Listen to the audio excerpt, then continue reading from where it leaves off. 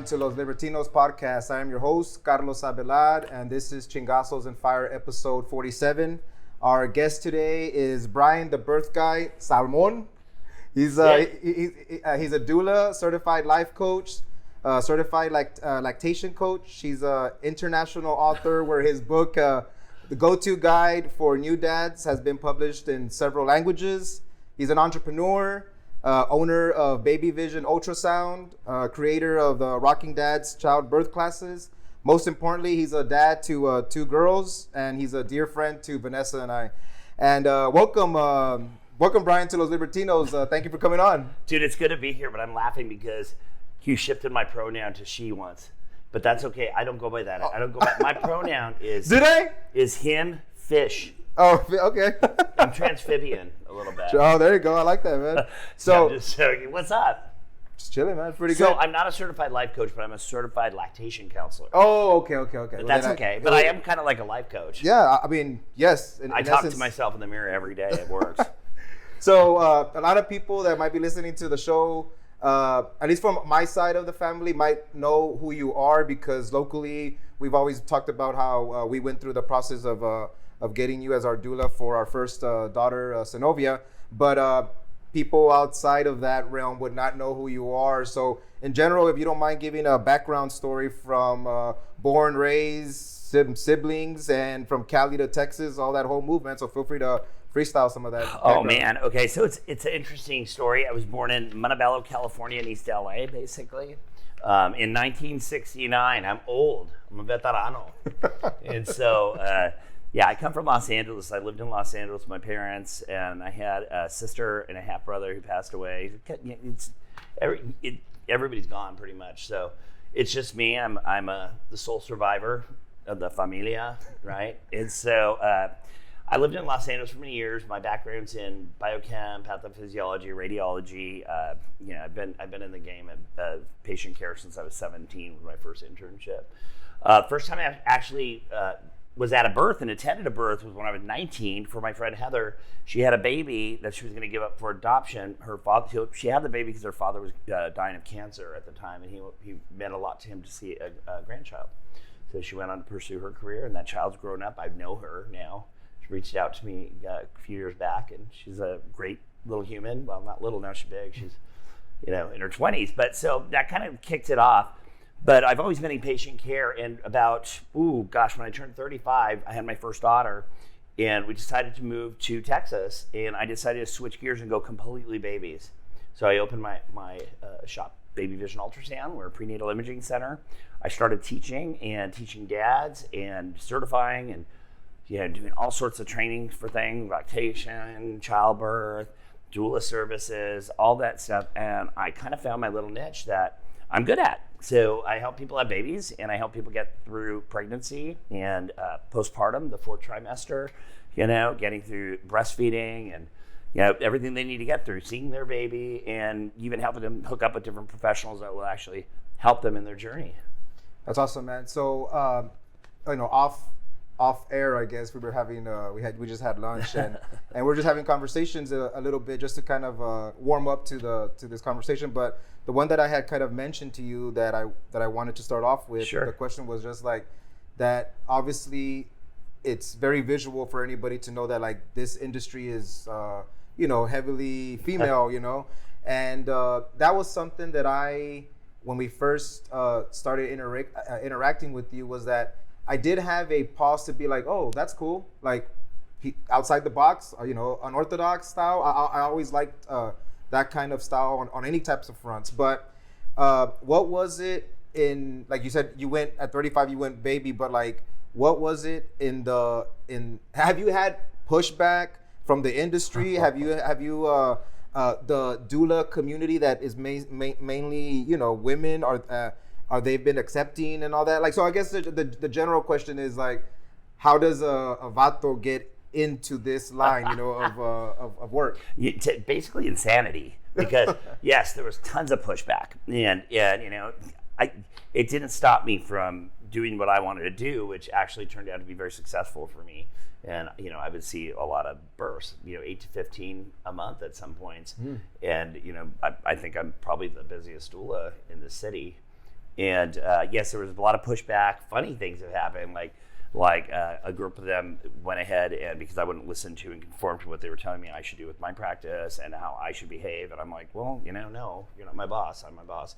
And so they actually filed a white-collar criminal case against me in San Antonio, saying that I was a fraud and a phony and I didn't go to school and all that. So our government locally had to pay a lot of money out to send people to get my degrees, all my transcripts from two different schools, and go to Minneapolis to get my ART verified. I mean, it was just ridiculous.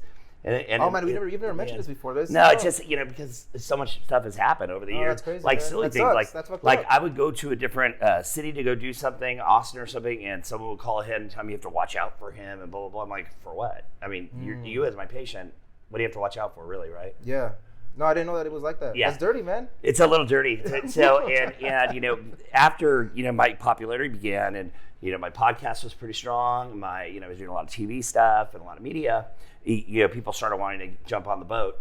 But I pretty much work alone, and with a very few amount. The people I work with are actually the physicians and the providers, which is different because a lot of doulas, there's animosity towards doctors. You got to save people from what they want to do to use C-sections, this and that. But it's not the truth, because if you're educated, which is what I do with my patients, obviously. Remember, you went to my dad's class, we did our classes, we consulted a lot. And when you're educated, you know what to look out for. So you know how to actually be an advocate for yourself. And you got me edging you on and letting you know where we want to go, because we talk about this ahead of time. And typically, most doctors are great, but some doctors are just stuck in older ways, and things are different now, the way that we're birthing in the United States and in various areas. So midwives at first were a little pushbacky with me until I started speaking at midwifery conferences.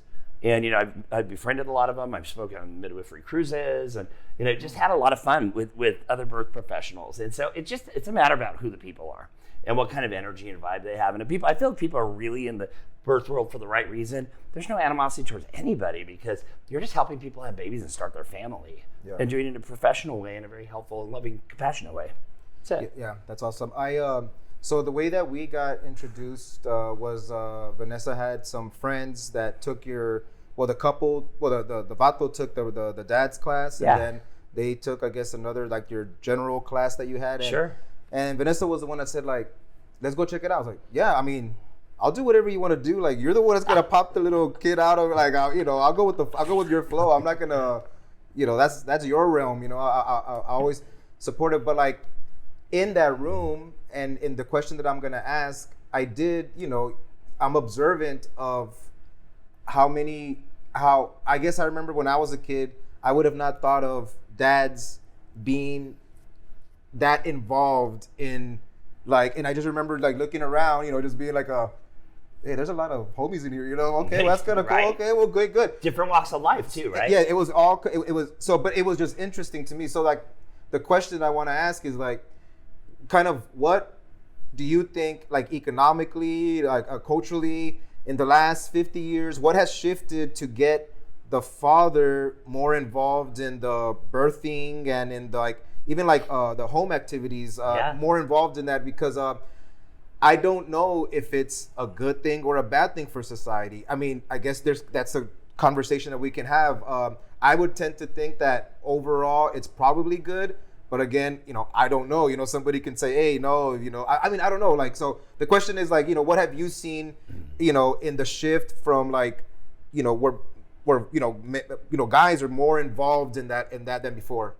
I think in a sociological aspect of looking into what different periods of time and parenting meant, a lot of times, mom stayed at home, and, women were more, barefoot and pregnant, as they used to say, right? They're at home, they're cooking, they go to the market, they shop, they look pretty and do their thing. Well, so the dads weren't really involved, and we saw a lot of disconnect between children and their fathers, and they were more the authoritarian, the money winner, and they come home and do their thing, they go on vacation and stuff. But the bonds weren't as close during those times. Historically, we see, it was a different type of bond than you'd have with your mother, or with your grandparents, or Just the bonds might have been there, they were different. But you got to think of cultures too. So there's it's not just, we can't just lump it into one thing. There's different cultural aspects too. The way the machismo of the Hispanic community, the absence of some other socioeconomic groups, depending on, doesn't really matter what color or whatever, but sometimes in the lower socioeconomic groups, dads aren't really available, even in the upper socioeconomic groups, but we see it more in the lower socioeconomic groups. It's one thing we struggle with here in San Antonio right now, is the absence of fathers. So, but what we did see was moms and dads over the last couple of decades have had to both work because, houses are ridiculously expensive. Food is expensive, especially now we're in this recession. I don't even know what's going on. Man, I bought some stuff yesterday. I'm like, for real? The prices on it were so different. But, so we have teams working as a team. Moms and dads work as a team. And I ask in dad's class, I say, how many of you guys get the laundry? How many of you guys put laundry in? How many pick up dry cleaning? How many of you guys go to the market? Everybody's like, for the most part, because that's just where we're at now, which makes sense that now fathers want to be more involved, or they feel like it's just naturally where they should progress. And it's a good thing, I think, for children. Now, I'm not saying, because people are saying, oh, we got all these kids and from certain age groups that are terrible at working. Believe me, I've had my share of employees that are young that don't want to work really, or expect a lot for nothing. It's different because we were hustling when I was young. I'm 53 almost. I'll be 53 shortly. How old are you now? 38. 38. But you know what I mean? You hustled and you still hustle. But does that gap, and you may have noticed it in some of the people you worked with in the past, and it's a trip.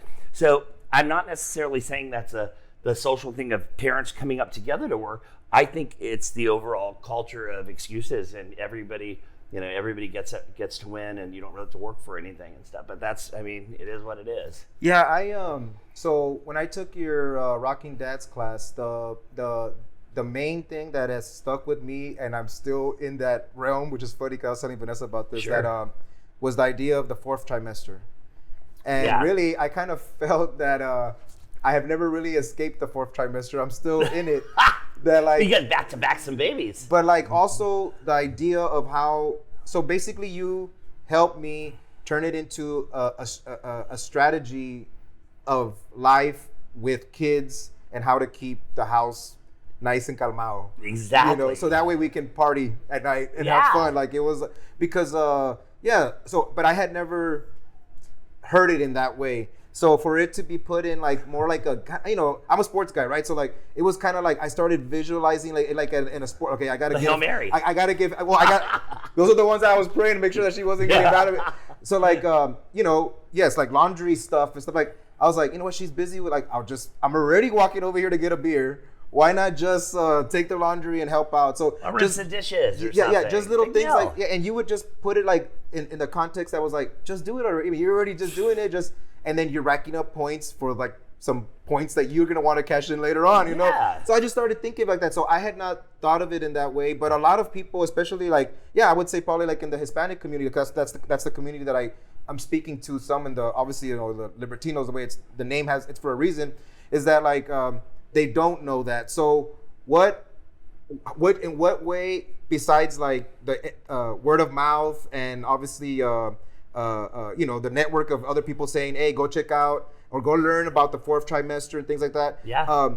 How, because you're a little bit Latino, you got a little bit. I'm a lot of bit Latino. Where did you say? From where? I said it to you. From where? From Spain and Chihuahua. Chihuahua. Chihuahuense. Chihuahua. But just kidding. So, but there's gonna be pushback. Like in my when Vanessa and I started talking to our families about we were gonna have a doula and this and that, there wasn't pause because I think they respected that we were our own. We had our own sovereignty. We didn't ask. We were so respected in our families that it was you could do whatever you want. So we just normalized the idea of having a doula, and that's how culturally kind of things start changing. But it's not for everybody. So I guess I'm asking a lot of questions, but I'm about to get to one, man. It's do you have a way to filter out any clients that you might know that where the vato's being dragged in from the wife, but culturally he has a different and also, is there a way to change that in general for the culture? Because I think it's better, but there would be some people that thinks that it's not. But you know, it doesn't mean that I'm raising my daughters to be fragile or whatever. No. I'm still raising them the way that I would want to raise. But I think my overall relationship with my wife and everything was good because I was taught about the fourth trimester idea. You know, different level of intimacy. Freestyle there a little bit there, man. Dude, different style of intimacy. You know, you're getting on a new level with that because. Now what you're showing your partners, you're actually a partner, not just financially, not just, as the provider, which was the old paradigm. You're actually providing emotional support. You're providing love for your family. You're providing assistance in the home, and I mean, I know you two are a great team, but I do see other vatos coming in and they maybe look apprehensive. But once they understand the process and understand what this means for their life and how much of a different really enriched life you can have. Wouldn't you say if the way you're doing it has made you a lot closer with your wife? I think so. What do you say, right, babe? Right? I mean, I think so. Yeah. I for sure. I think I would have been a good dad, like, because I think that was in me. Yeah. But I might have not been as good as a husband to my wife. Yes. That then creates this whole energy to be all on the same page. Yeah. Maybe we would have got there, but I don't know, and I don't want to know because I think right now how we are is good, So it worked out. I think it works out well. Well, I think what's happening a lot now, and I could say across all different cultural backgrounds, I see a lot of men just more involved and typically wanting to be more involved, in that aspect because what happens a lot of times with a lot of families, and we've seen this throughout the years, is that typically the woman will get resentful towards the dad. She feels like she's handling it all and exhausted and tiring because we know it's tiring. It's hard to raise kids. It's not easy. There's fun times and it's great. But if you're doing it all alone and you feel all alone, your partner comes home and they're just disengaged and you're not really engaging. They're not helping you. There's got to be things to work out. Like I tell people, first of all, when you get home, let's start from the beginning. When you get home with your baby, a lot of times people want to have family members there and everybody to help, and that typically doesn't help because what happens is grandparents want to hold the baby all the time. They also want to switch the routine up. You have to develop your own routine, and they have to adapt to take one of the participatory people's place in that routine, not to make their own routine and do it their own way because that just throws the babies off. Babies get used to routine, and then so when they leave, that baby's going to be upset, and they're going to cry a lot. It's going to break their routine, and it doesn't work out. So first of all, you guys have to be on the same page and lay it down the way you want to lay it down. And basically, what I tell people is feed the baby. When you feed the baby, you feed yourselves. When the baby sleeps, you sleep. And after the baby eats, you do hygiene for mom and hygiene for the baby. So you set mom's stuff up for her, let her go take care of herself. So she's breastfeeding especially. She's going to be bleeding for a month after she has a baby nonetheless. So if she's breastfeeding, she's going to be bleeding even more. So you want to set up her pad and everything, get her there, get everything in the bathroom, like a little bath, all that stuff, right? Because that helps her to encourage her to do that. And it also cuts down postpartum depression, right? So then when you do have family members over, you have to really look out on what the energy is and how that's affecting you, your partner, and the relationship. And you have to have discussions with your family and set boundaries. And a lot of people have a hard time setting boundaries. You know what I'm saying? Yeah. And then afterwards, past the fourth trimester, you have to keep adapting to what happens with your kids. Kids have different personalities. There are different things going on. You've got to work together. You still have to keep that pace of helping each other out. Like even now, my kids are older. My youngest is 12. I come home. Do I do dishes? Yes. I cook.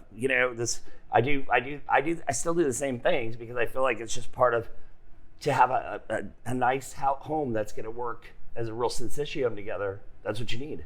A what? A syncytium. Oh, hey, vato. You know what that is? No, vato. Okay, what? It's about synergy. So man. When you have different things, what kind of sushi is that? Oh, dude, bro, it's that sauce you put on that. No, just kidding. No, syncytiums when you have like different parts that don't really do things very well alone, but when you put them together, they work really well. Okay. It's very symbiotic. It's a symbiotic relationship, and that keeps the whole thing happening in the home a lot easier and a lot nicer.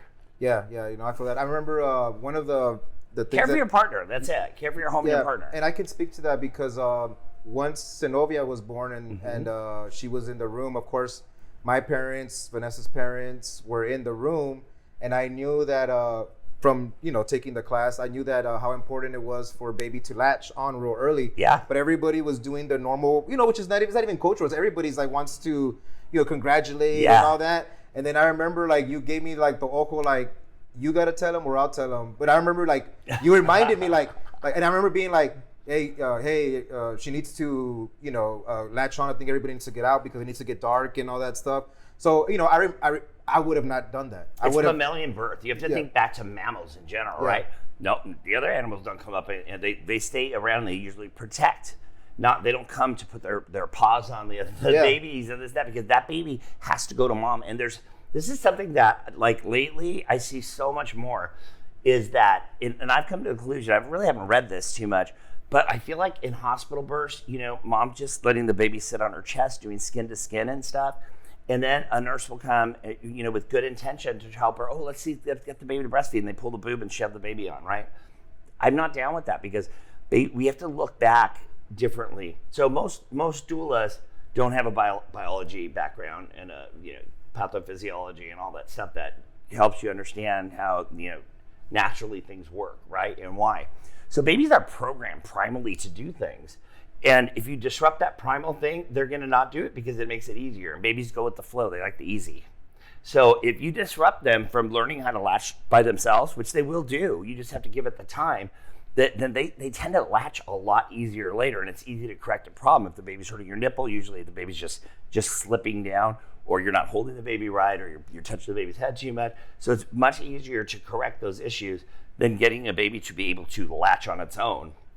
So once you let them go through those processes of doing their natural primal instincts and their reflexes, they're all built on reflex in the beginning. They're in the autistic phase for a while.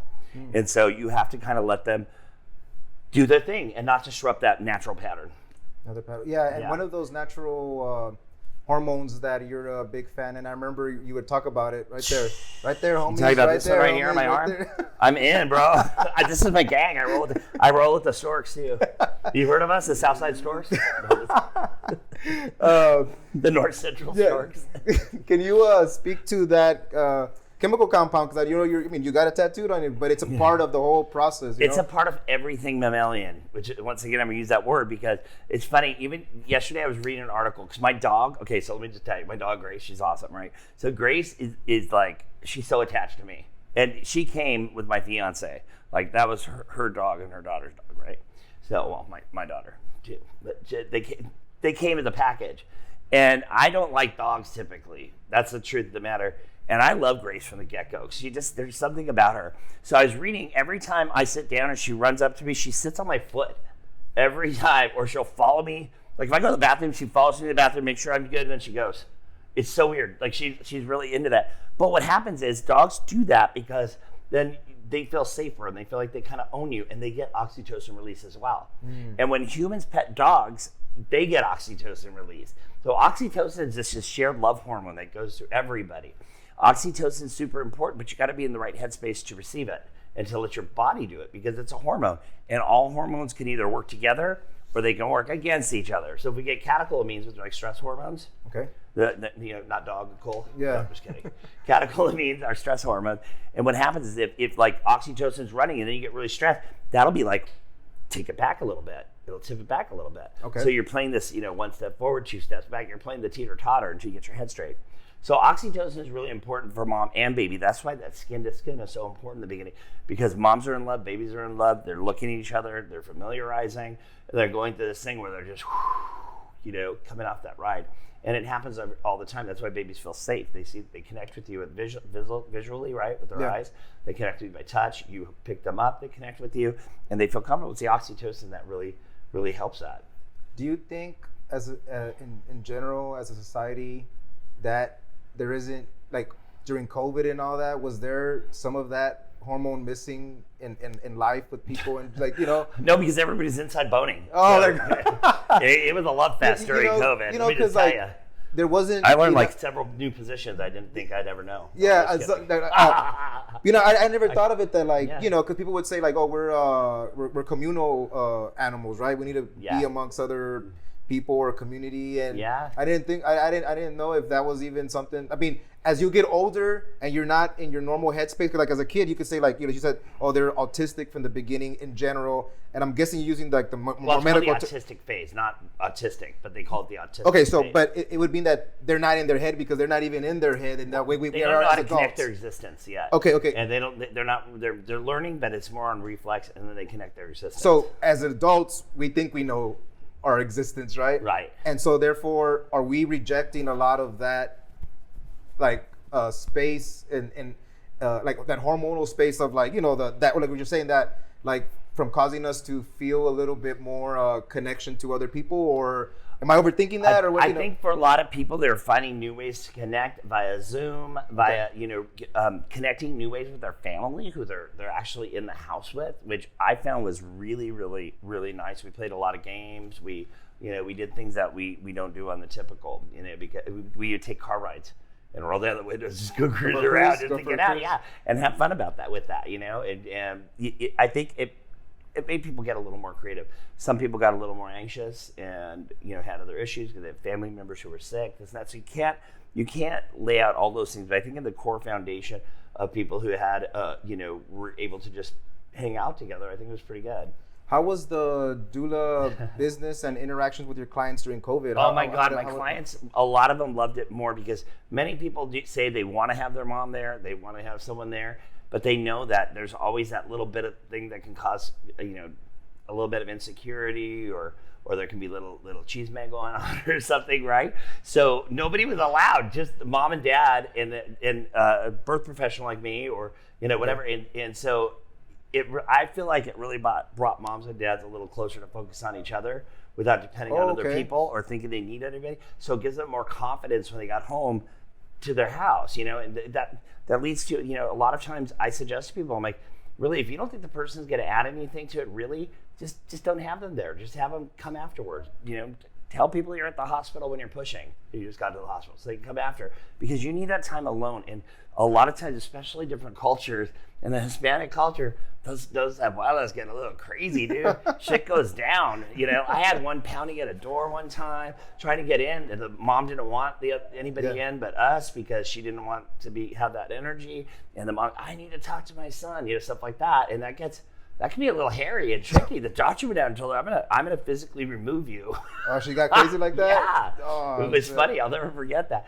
But so you gotta really think about what's best for your family, because I talk to people about, like, when you start forming your family, it's now about you and your partner. Okay, and this is a really important thing, especially in certain cultures, because the grandparents and the family will be so overbearing about, you have to do it this way. Nope, you got to do this. Even with gender reveal, you can't know your gender. We have to know, and then we're going to tell you. And you know what I mean? It's like, it's a little intrusive sometimes for some people, but they feel like they have to submit to it because they've always done that, right? Yeah.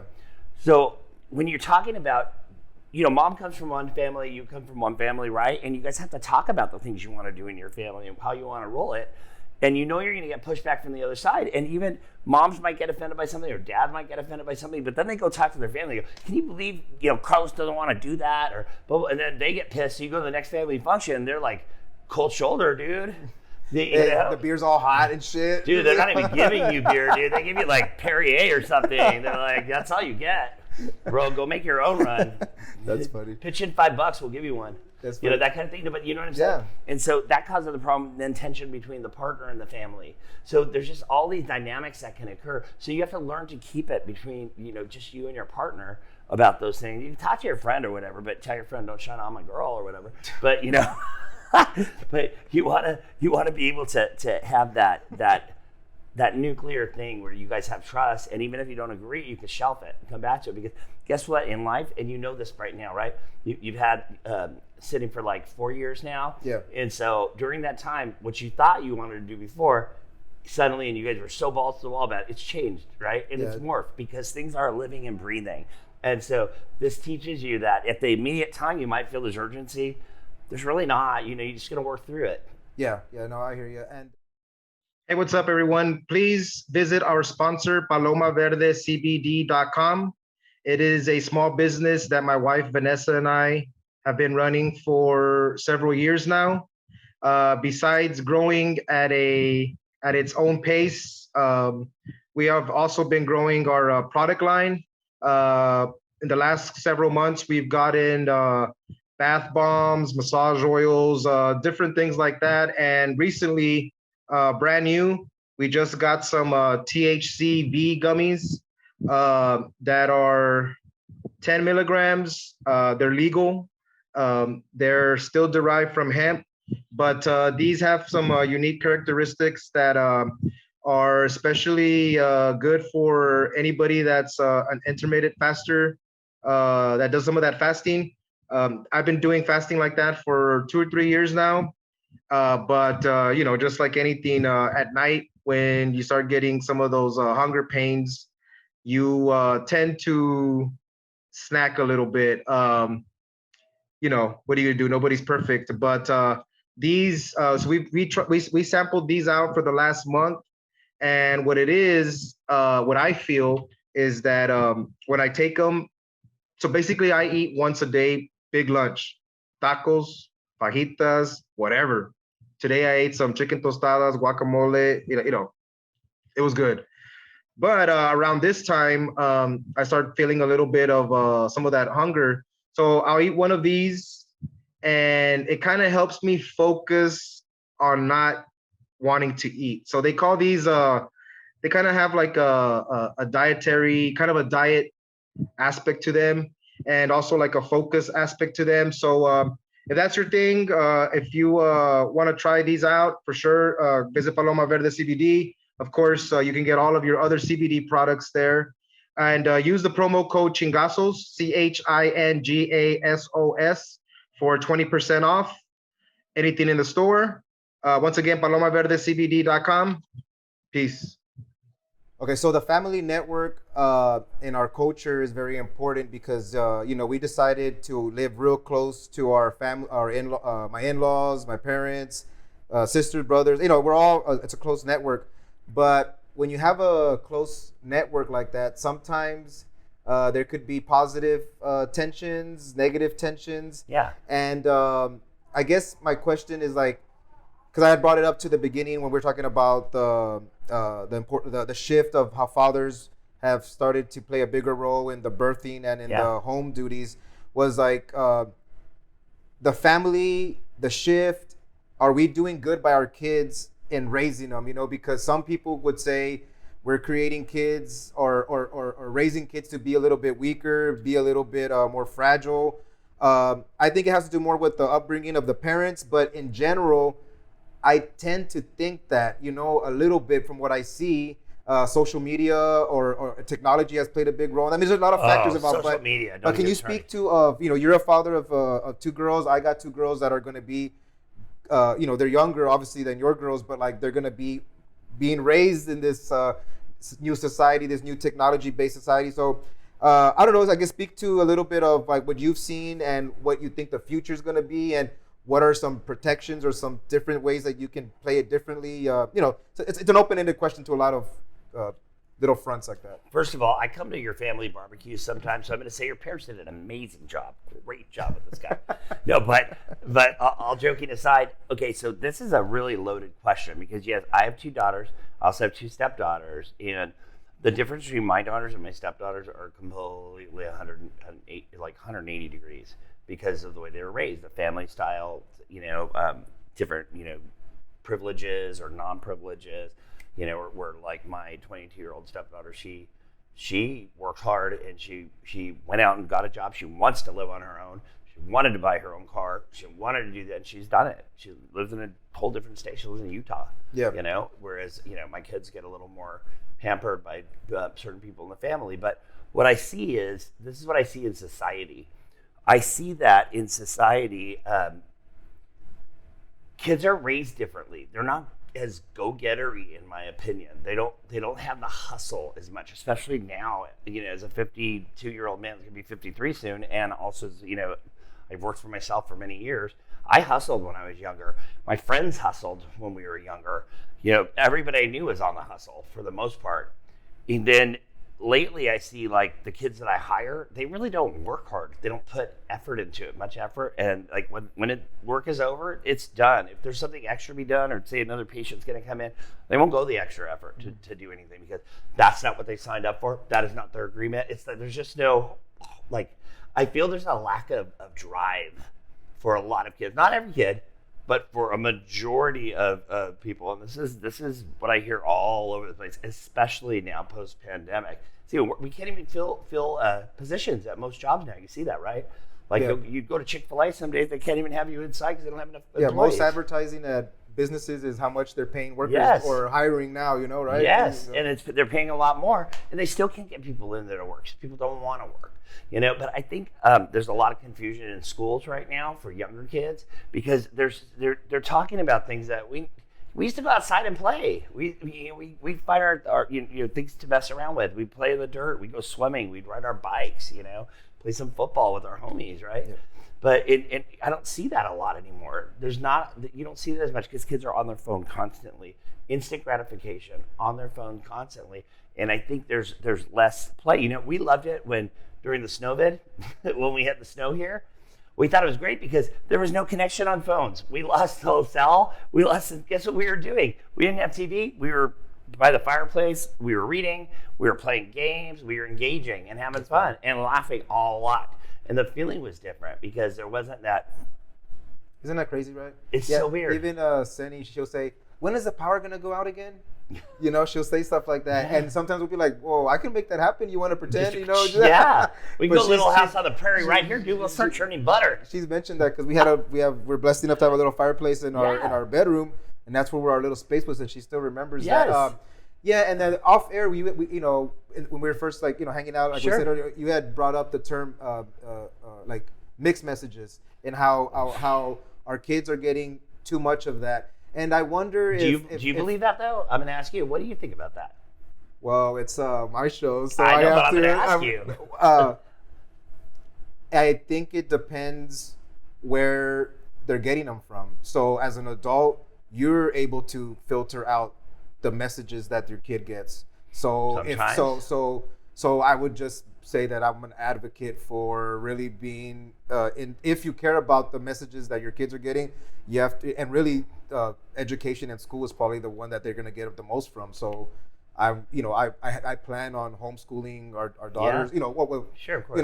But that would be the main one, to kind of just keep an eye on TV. But yes, there is a lot of mixed messages, and also maybe like not age appropriate mixed messages. Yeah, because also so when you were talking about the lack of like the drive of kids, it's how you're almost speaking to like the work ethic, right? But the work ethic, if they're getting so much mixed messages, they're not getting the one that says you need to be a good worker, good this, because I don't know, man. I don't know why not. I don't know. I mean, to me, it's kind of weird. Culturally, it's kind of look. Let me just say, okay. So culturally, it's weird, man. And this is gonna sound bad, but like the homies, or from my father's generation, whatever, the guy could have been a drunkard or whatever, wife beat, whatever. Oh, pero trabaja duro. Hey, he works hard, so you look the other way on something. Okay. But the work ethic was what was at the center of somebody's real character. That's shifted. Some of that obviously is still there. Like if I wouldn't dismiss violence for how good they work, but like that was part of so the work ethic was very. But yeah, if you're getting so many mixed messages from all kinds of stuff, you don't even get that one message of how to. So yeah, I guess I'm agreeing with you, but I'm also just bringing up that term that you had said off air about the mixed messages. And yeah, that's right. Like I just, when you said that, I started visualizing, seeing.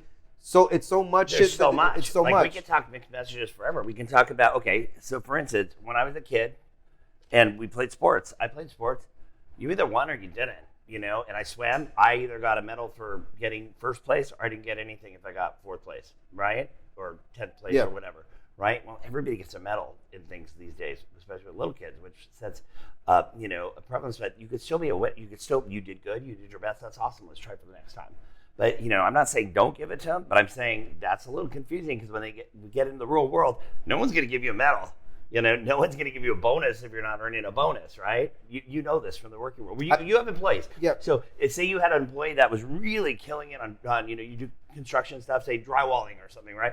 And then the other guy gets one wall up. This guy's got 10.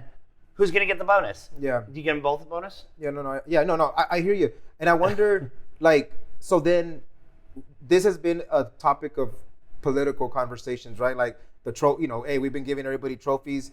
But I had never really sat down and thought about it. But yeah, I guess. What does it translate to in your adult world? In real life. You feel like now I'm being persecuted because I'm not getting a bonus and he got a bonus. Why is he getting a raise bigger than me when, you know, big deal. And I couldn't come in at 8:30 because I didn't feel emotionally okay and blah, blah, blah. You know, that's just not how the real world works because the clock has to keep turning. If you're not okay, you call in. So there's a backup to fill your job that day or whatever, right? Yeah. And so, you know, a lot of people, and I know this, I know a lot of people in human resources that say, oh my gosh, we had to write this person up. And now they're trying to say that we're hurting them emotionally because there's all this like, everybody plays on this, like there's an emotional card, it's abusive, or it's, you know, now I feel alienated, or, you know, I don't know. I mean, I feel like those are easier to throw around, but not just to feel that way, but now to implicate on like an employer or a school or on whatever, you know, whatever you're involved with, you know, there's all these people are just against each other all the time right now, it feels like. So what do you think? But that comes from childhood raising.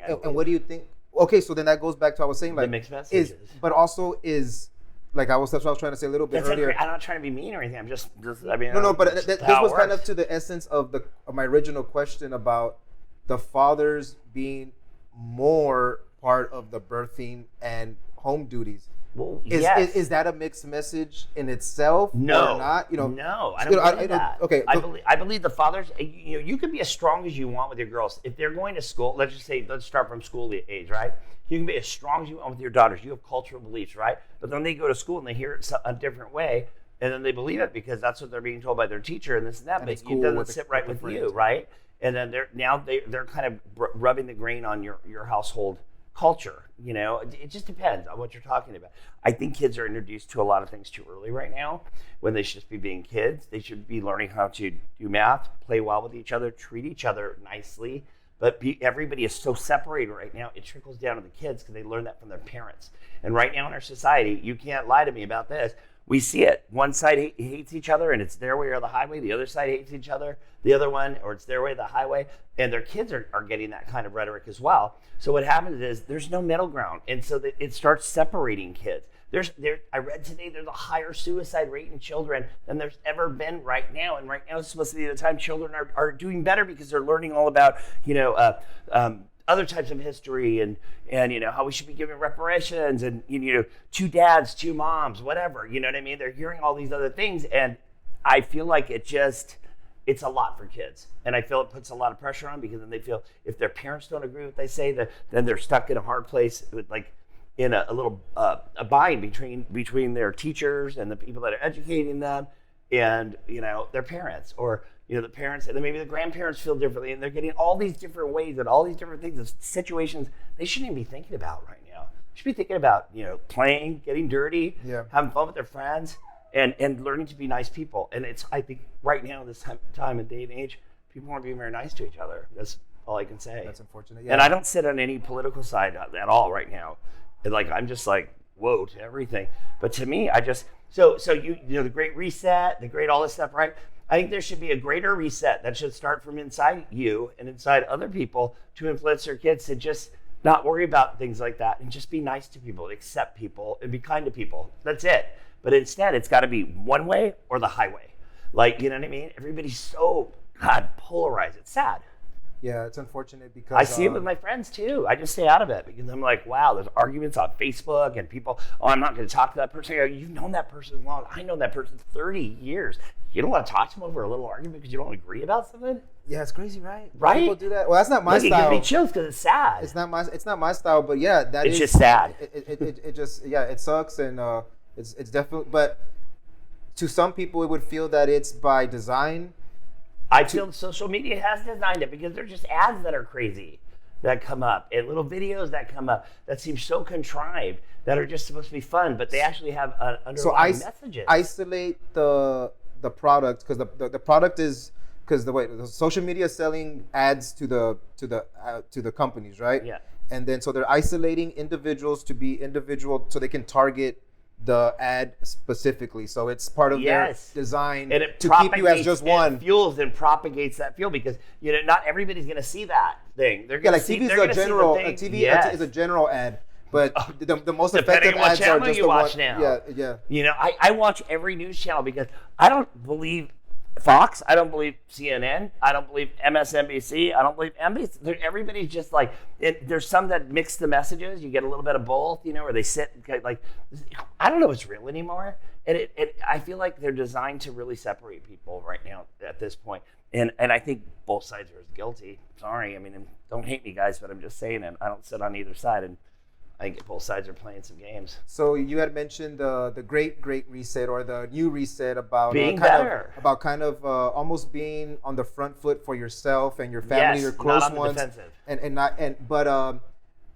Be offensive with kindness. So and nice words. So you can only control your own network, the people. But so what you're saying is also like, if you can do that, then that can motivate or show other sides, because the thing is that when people try to do it as big general policies or it rubs one side the wrong way, and then it becomes so. I like the idea of like the great, or like a new reset in your own life, because I've been trying to do that too, where I used to be more political in the sense of like trying to post stuff and be, but I was like, for what? Like, it doesn't even matter. Both sides.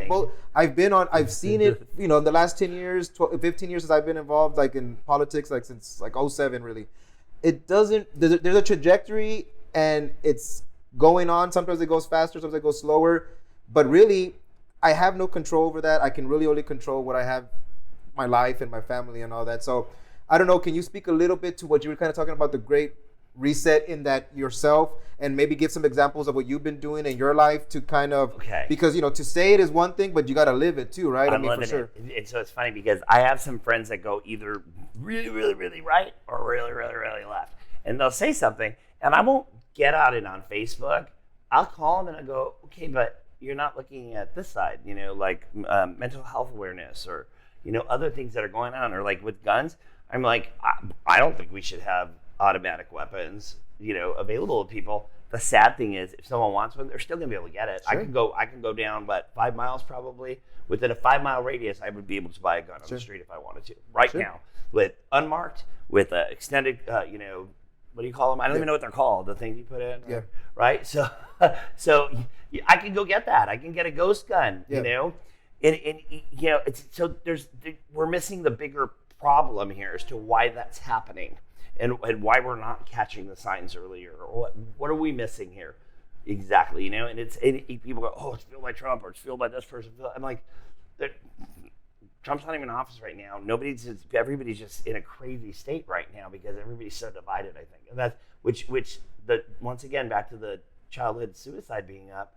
To me, I look at it like, that's an indication that there's something really going wrong in our society.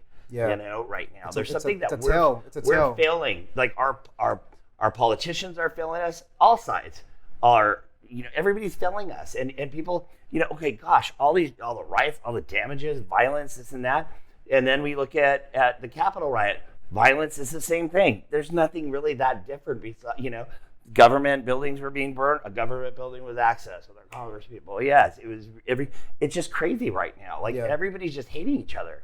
Yeah. And to me, that's very sad because it's a different world than I was used to. Yeah. So to kind of get close to the ending of the conversation here, since it's never ending. To speak on that about the division part of it, can you put a positive light on how you can scale up a relationship of a new family, and how maybe a part of the reset you're talking about starts first at the family level, but also how we can scale that up to society. But I guess like what I'm trying to say is in a way that isn't divisive, where like it's just where I guess being kind is something as normal as just breathing. Like accept your friends and other people you don't even know. Just accept them. If they have other thoughts and other ideas, big deal. They have other thoughts and other ideas. Go to the polls and vote. That's what you can do. You don't have to fight with them. You know, you don't have to set all this ugliness that's going on. Just go vote. You know, and there's your shot. That's democracy. It either goes one way or the other, and you accept it because we live in a democracy of a society, or at least we think we do, right? Yeah. So you know, we got to go back to everybody is trying to force people into it. And like I have a friend, if I don't agree with it, go, God, you're like an idiot. And I'm like, dude, I have more education than you and a higher IQ. So I'm just trying to talk to you about it because I think what you're saying is ridiculous. Yeah. And over the top. And a lot of times I see, like with my friends, the ones that go the craziest, this is the funniest part about it. They're really gung-ho and they seem like they're all over here. But if something comes close to something that they don't like because of their family or a member of their family or something like that, all of a sudden they're against that.